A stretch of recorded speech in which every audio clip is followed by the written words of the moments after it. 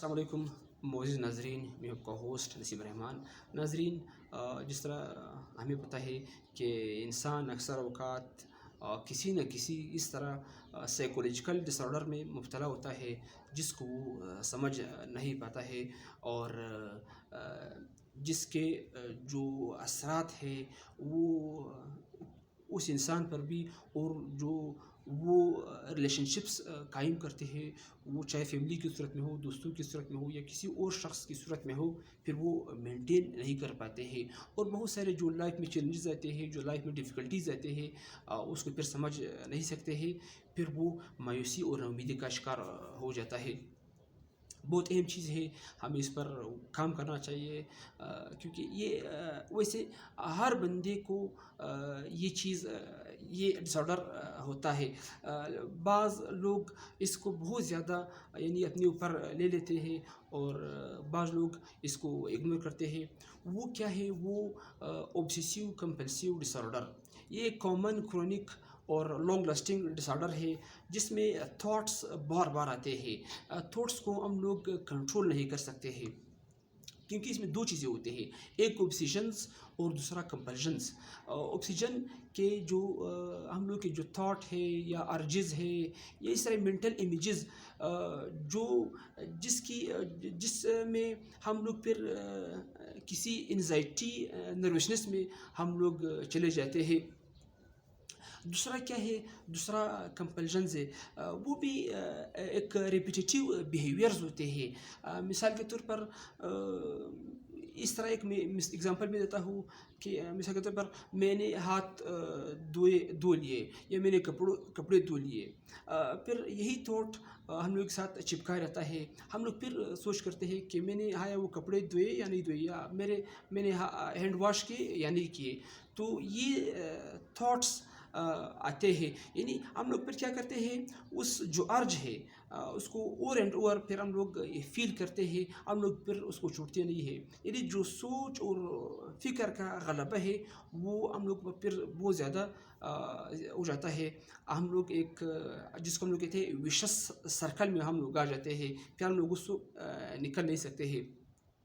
اس کو اردو میں ایک آسان نام میں دے سکتا ہوں، جس کو ہم لوگ کہتے ہیں وسوسہ۔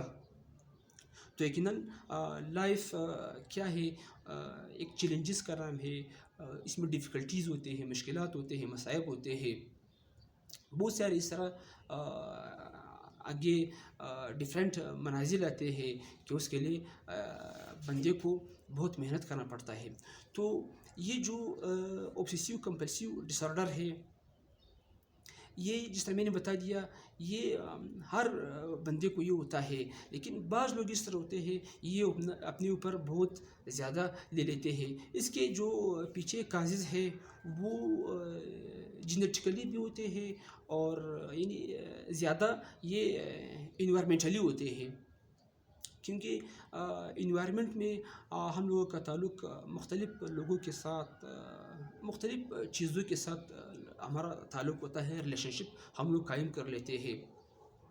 اگر ہم لوگ جو ایک تھاٹ آ جاتا ہے، ہم لوگ اس پر زیادہ کام نہ کریں، کیونکہ جب ایک تھاٹ آ جاتا ہے اس پر ہم لوگ کام کرتے ہیں، اس کو پھر اپنے مائنڈ پر مسلط نہیں کرتے ہیں، اگنور کر دیتے ہیں، تو پھر یہ جو ڈس آرڈر ہے، پھر ہم لوگ اس سے چھٹکارا پا سکتے ہیں۔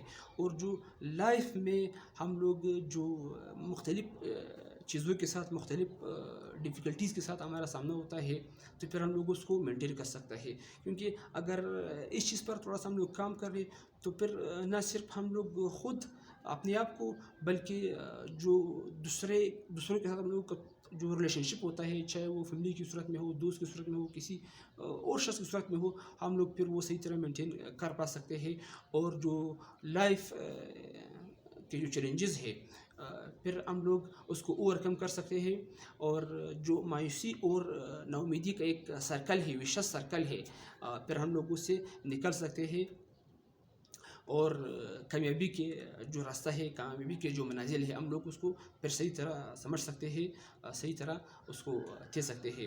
تو وسوسہ یقیناً اسلام اور اسلام قرآن اور احادیث میں اس کی بڑی تاکید آئی ہوئی ہے. قرآن میں اس کے بارے میں حکم آیا ہوا ہے کہ اللہ سے پناہ مانگتے رہو. اس حوالے سے احادیث شریف میں بھی آتا ہے کہ جس کو وسوسہ آتا ہے وہ ذکر اللہ کرے، اللہ کرے، یا اعوذ باللہ من الشیطان الرجیم کا ذکر کرے.